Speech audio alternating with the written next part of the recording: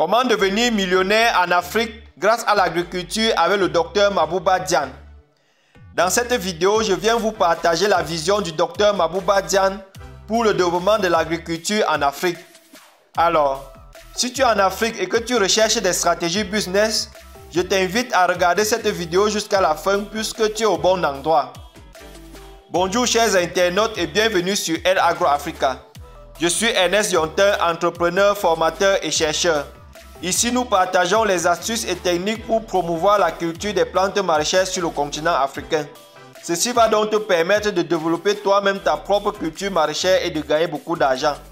Avant de commencer, si tu es nouveau, abonne-toi à la chaîne, like la vidéo et partage-la pour faire grandir notre communauté. Clique sur la cloche de notification pour être notifié des nouveaux contenus. Alors, le docteur Mabouba Diagne, ministre de l'Agriculture du Sénégal, vice-président des finances de la Banque d'investissement et de développement de la CEDEAO, est-il une voix qui crie au désert pour l'agriculture du Sénégal ou bien la figure clé pour la révolution de l'agriculture sénégalaise? C'est ce qu'on va découvrir dans cette vidéo. Alors, qui est Mabouba Diagne? Mabouba Diagne est un docteur en mathématiques financières qui a travaillé dans l'une des plus grandes banques allemandes. Il a aussi travaillé dans la deuxième plus grande banque suisse. Il a aussi fait ses preuves dans plusieurs institutions internationales. Alors, il s'est retourné vers l'agriculture puisqu'il s'est rendu compte que la facture annuelle des importations de riz en Afrique s'élève à environ 5,5 milliards de dollars pour une quantité totale de 12,6 millions de tonnes. Par ailleurs, le Sénégal importe par an plus de 1,5 million de tonnes de riz, ce qui coûte au Sénégal des milliards de dollars. Il a aussi noté que le Sénégal importait des légumes frais à hauteur de plus de 66 milliards de francs CFA par an, et ce n'est pas normal. Alors, lui décide d'installer au Sénégal une très grande ferme agricole pour pallier à ce manque. C'est d'ailleurs la plus grosse ferme agro-industrielle du Sénégal qui fait intervenir toutes les chaînes de valeur de la production jusqu'à la transformation.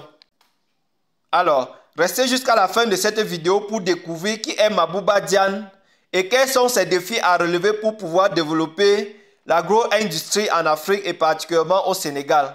Surtout, dites-nous en commentaire ce que vous pensez. Aujourd'hui, vous regardez un pays comme la Côte d'Ivoire, regardez les ponts que le président Ouattara est en train de faire et c'est extraordinaire. Maintenant, tout ce que je demande à ces pays africains-là, de se refocaliser sur les secteurs de priorité, qui sont l'agriculture et l'agro-industrie dans toute sa chaîne de valeur. En priorité. En priorité. Et madame, vous me permettez, avec l'agriculture est le seul secteur qui va créer des centaines de milliers d'emplois. Permettez-moi de vous donner un petit exemple. Le Sénégal importe 1 million de tonnes de riz. À raison de 5 tonnes à l'hectare, il faut à peu près 200 000 hectares. Imaginez que... Il ne manque pas au Sénégal ces 200 000 hectares. Merci beaucoup, madame. Non seulement il ne manque pas ces 200 000 hectares, il y a de l'eau et il y a de la terre. Pour amener, disons, 7 millions, disons, pour faire un petit calcul, 10 millions de francs CFA pour aménager un hectare. 10 millions multipliés par 200 000 hectares, quand même.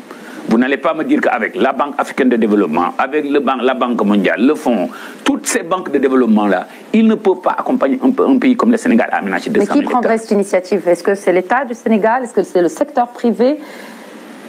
Aujourd'hui, si on voit des centaines de milliers de jeunes Sénégalais faire de l'immigration clandestine, ça interpelle tout le monde. Ça interpelle et le secteur privé, et le secteur public, et les bailleurs de fonds, et la communauté internationale. L'exemple de l'Ukraine a montré qu'un petit pays peut avoir des ramifications internationales, global impact. Aujourd'hui, je lance, et vous m'excusez de me répéter, je lance un appel à la Banque mondiale, au Fonds, avec tous leurs guichets, MIGA, AFC, AIDA, de collaborer davantage avec des banques de développement comme les nôtres, la BIDC, la BOAD, la Banque africaine de développement, la BADEA et la Banque islamique de développement, et aussi nos partenaires américains, européens, canadiens, asiatiques, chinois, pour venir aider. Mais moi, je ne crois plus à aider pour aider. je suis de l'avis de remodéliser l'aide au développement. L'Afrique, ce n'est pas de l'aide Colombo. On veut un partenariat économique gagnant-gagnant où tout le monde se sent. Parce qu'aujourd'hui, si je vous. L'Afrique ne veut plus être un mendiant. L'Afrique veut être un bon partenaire économique. Venez en Afrique, mais co-développons, co-industrialisons l'Afrique. Et aujourd'hui, j'ai l'intime conviction qu'avec les banques de développement que je viens de citer, on a tout pour co-développer l'Afrique, co-industrialiser l'Afrique. Faire de telle sorte que l'Afrique se nourrit elle-même, faire de sorte que l'Afrique... L'Afrique a le continent qui a le plus de soleil dans le monde. Regardez un pays comme l'Allemagne, qui a moins de soleil, produit autant d'énergie solaire que l'Afrique.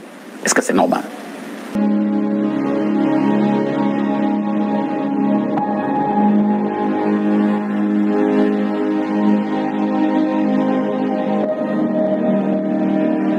Je m'appelle Dr Mabouba Diagne, je suis présentement le vice-président finance de la Banque d'investissement et de développement de la CEDEAO. Je suis sénégalais, originaire de la banlieue dakaroise. J'ai grandi entre Pikine et Yeumbeul. J'ai fait mes études au lycée Limamoulaye, série C, lauréat au concours général.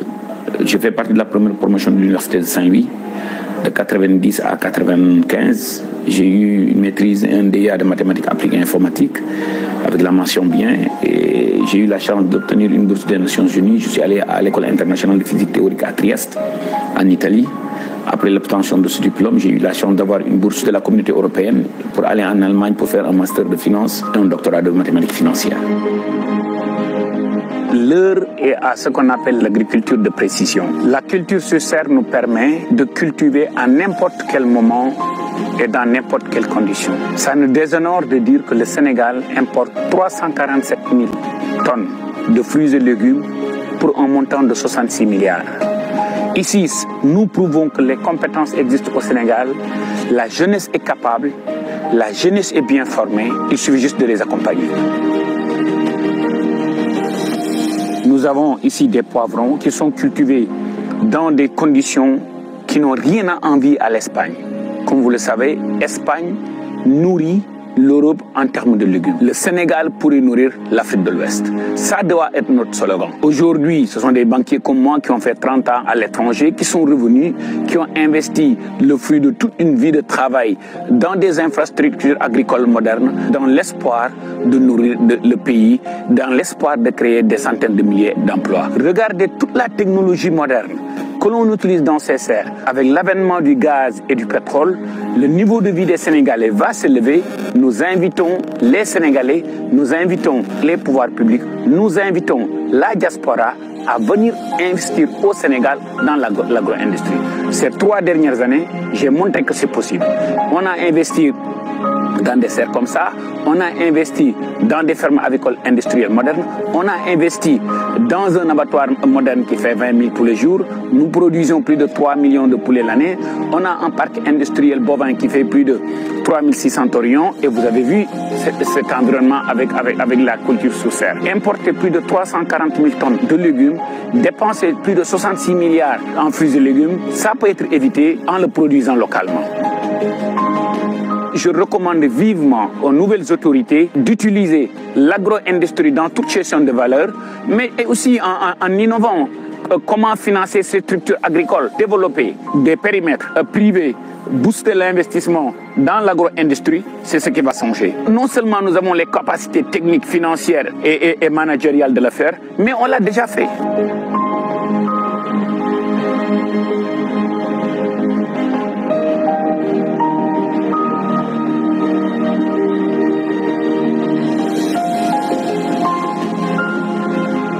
Il est allé aux États-Unis, il a fait toutes ses études supérieures jusqu'à devenir ingénieur en électricité, et qui a travaillé aux États-Unis et qui a tout laissé, qui est revenu. Au début, il était mon fournisseur de poussins, pour vous dire que les Sénégalais doivent apprendre à se faire confiance. Je lui ai donné 100 millions de francs CFA, on ne s'est jamais vu. J'étais à Maurice, il était au Sénégal, on a travaillé pendant 2 ans. Il a fait les choses comme il se devait. La confiance, au-delà du travail, on a des relations de fraternité. Moi, c'est Serigne Amar, co-investisseur de Dr Mabo sur l'abattoir. Donc, Gadgui Abattoir, c'est un abattoir de 20 000 poulets jour. Et c'est un abattoir qui va démarrer peut-être dans 15 jours. Donc là, on est dans la salle d'abattage. C'est là où on réceptionne les poulets vivants. C'est à partir de là qu'on abat les poulets pour les amener vers l'autre salle qui est la salle d'éviscération. Alors, on va vers la salle d'éviscération. Et à partir de cette salle, c'est là où on vide tout ce qui est intestin et pattes. L'idée, c'est de créer un écosystème, là où on donne l'éleveur, que ce soit un petit ou un grand éleveur, les poussins, éventuellement l'aliment, et après récupérer ce poulet qu'on peut abattre à façon ou mettre la marque de l'éleveur ou mettre notre propre marque. C'est-à-dire qu'on crée un écosystème là où tout se fait entre nous pour s'entraider et être plus compétitif dans le marché sénégalais. Après l'obtention de mon doctorat, j'ai travaillé 6 ans dans la deuxième plus grande banque en Allemagne qui s'appelait Dresdner Bank. Je suis allé à Londres pour travailler chez Credit Suisse, la deuxième plus grande banque en Suisse. J'ai fait là-bas 6 ans et demi jusqu'à ce que je devienne directeur régional. Comme j'avais un désir ardent de revenir sur l'Afrique et de participer au développement de mon pays et de notre continent, j'ai eu la chance d'avoir un poste de directeur régional avec Barclays Bank, basé en Afrique du Sud à Sandton, qui est aussi la capitale financière de l'Afrique du Sud. J'ai fait là-bas 6 ans et demi, je gérais 6 pays et à la suite, je suis allé à la Trade and Development Bank pour être le directeur régional. Là-bas, j'ai géré 9 pays. Pour produire les 62 millions de poulets, poulet bu nekk war a consommer 4 kilos. 4 kilos aliments yooyu 70% et 80% yi maïs la mboq mi dañ ko war a bay. Le Sénégal dafay importer 450 000 tonnes de maïs. Le Sénégal dafay importer 1,5 million de tonnes de riz. Donc si chaîne de valeur boobu ci la état bi war a sukkandiku def des aménagements agricoles ni nguur di tabaxee tëli di tabax stade di tabax ay building administratif noonu la war a tabaxee des infrastructures agricoles. Employés yi ma fi recruté université laa leen jël suñu liggéey fenn bi ñu commencé ouvrier lañ commencé fii di jàppale maçon yi ñuy tabax di jàppale industriel yi ñu indi fii pour ñu monter bâtiment yi. Diao, c'est lui le chef de ferme. Depuis quand tu as été recruté? Fin 2020, début 2021. Aujourd'hui, tu cherches un chiffre d'affaires de combien? Bon, au total, c'est environ 2 milliards et quelques. Et vous avez combien d'employés qui sont sous ta supervision? Dans cette ferme, j'ai 17 et l'autre ferme, j'en ai 14. Pour vous montrer que c'est possible de faire confiance à l'expertise sénégalais. J'étais d'abord au Maroc, au salon d'Azabine, c'est le salon international de l'agriculture, avec nos partenaires français NTD France, que je salue d'abord au passage, le professeur Gabriel. En septembre 2022, j'étais également allé au salon Espace. Et c'est le plus grand salon international où on a visité pas mal de choses dans le domaine de l'agriculture. Aussitôt, j'ai échelonné en gérant 2 bâtiments de 30 000. Début 2022, on a commencé la construction de la deuxième ferme ici. On m'a affecté ici comme responsable technique de la deuxième ferme, où j'ai formé 4 techniciens supérieurs que j'ai recrutés moi-même et que j'ai formés qui venaient directement de l'université sans autant travailler quelque part d'autre. Et actuellement, je suis le responsable technique de la division prix de chair chez Gadegui. Cette ferme est la plus grande ferme industrielle du Sénégal. C'est 6 bâtiments de 35 000 poulets. Voici les 3 premiers bâtiments. On a conçu un concept de ferme intégrée. Qu'est-ce que cela veut dire? Nous avons acheté le terrain, nous avons fait tous les aménagements, le génie civil, et nous avons invité des co-investisseurs sénégalais. Chaque bâtiment que vous voyez ici sur les 6 bâtiments est une SARL où l'investisseur détient 60% et nous détenons 40%. Nous négocions avec les fournisseurs internationaux NTD France, Big Dutchman, Allemagne, Soprada France pour venir installer les équipements. Comme vous le voyez ici, cette semaine, nous allons recevoir 8 conteneurs de 40 pieds pour faire les équipements, les pad cooling, les ventilos, les mangeoires, les abreuvoirs, les pipettes, le silo, etc. De 80 000 poulets pondeuses. On est 320 000 pondeuses. Wow. 320 000 pondeuses. Sauf que 9 600 tablettes par jour.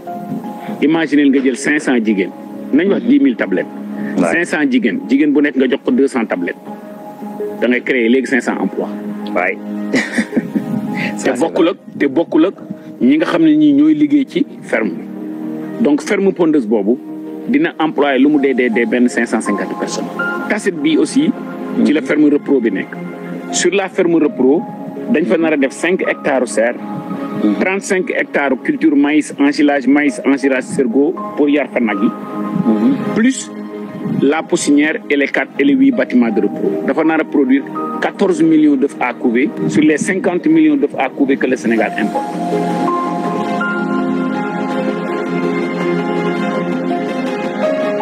Avec notre collaborateur et jeune frère, M. Babacar, un ingénieur agronome formé au Canada, qui a tout planqué au Canada, qui est revenu au Sénégal, qui fait exactement et même mieux que ce que font les Européens. En 2019, donc j'ai commencé sur 1,2 hectare. J'ai mis de l'arachide. 17 hectares d'arachide. Je m'en suis sorti, ne serait-ce que seulement pour les sacs de foin, presque 6700 sacs de foin. Je les ai vendus à la SICAP. Comme je suis un enfant de la SICAP, ça m'a rapporté presque 37 millions. J'ai pris cet argent, j'ai encore fait des serres. C'est à ce moment que j'ai commencé par 1 hectare de serre. 4 serres de 2500 m², compartimentées en 2500 m². J'ai continué encore sur le piment. 2 tonnes à l'hectare par semaine. Mais nous, on fait de la contre-saison. Donc nous, l'idée, c'est de produire là où il n'y en a pas sur le marché. Et pour le faire, il faudra commencer à répliquer à partir du mois de mars. Et à ce moment-là, les prix ne peuvent pas descendre en deçà de 2000 francs, 2500 francs sur le marché local. Et je parle de prix bord champ. Vous ne quittez pas votre champ. Et ce qui est intéressant dans cette histoire de piment, c'est qu'il n'y a rien qui se jette. Parlez-moi de la création d'emplois. J'ai juste l'exemple d'hier. Nous étions à 150 dames. 150 dames. À hauteur de 3500 par jour. 3500 par jour.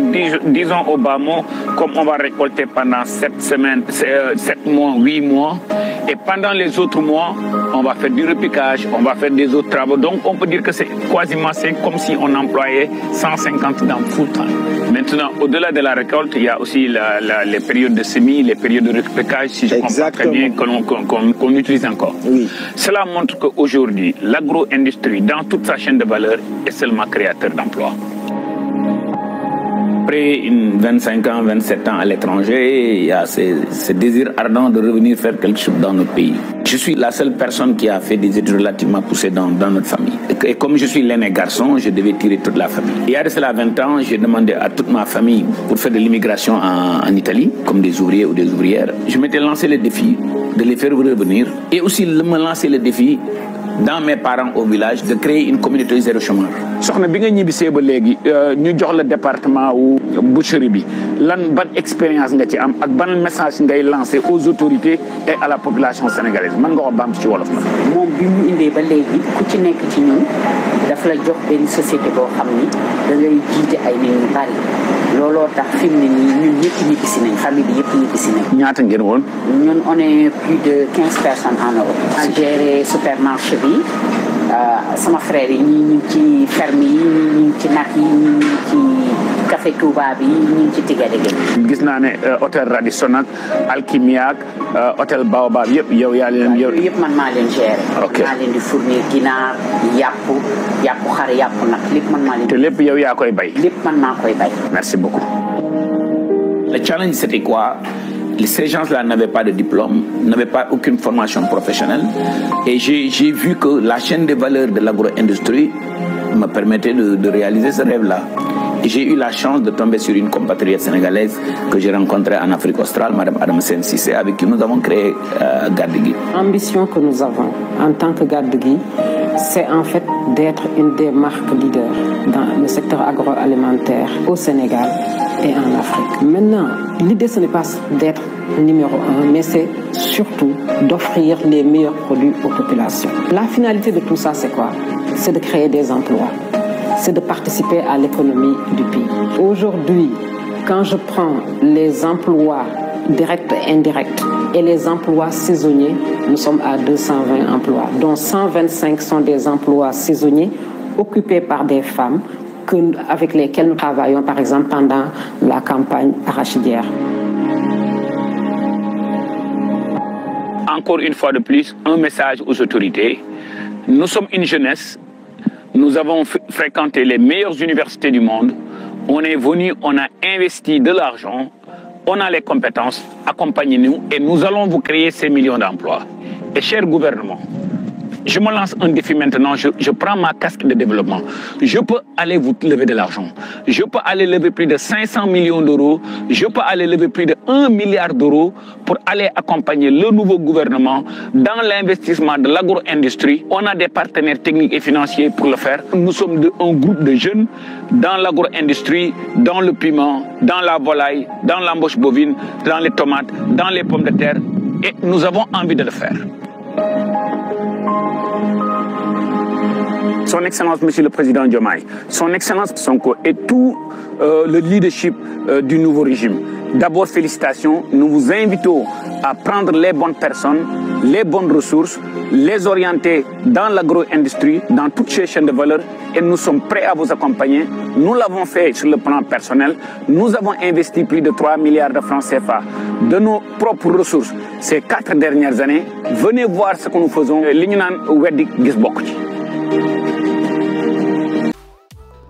J'ai trouvé cette vidéo du docteur Mabouba Diagne très pertinente avec son système agricole de haute précision.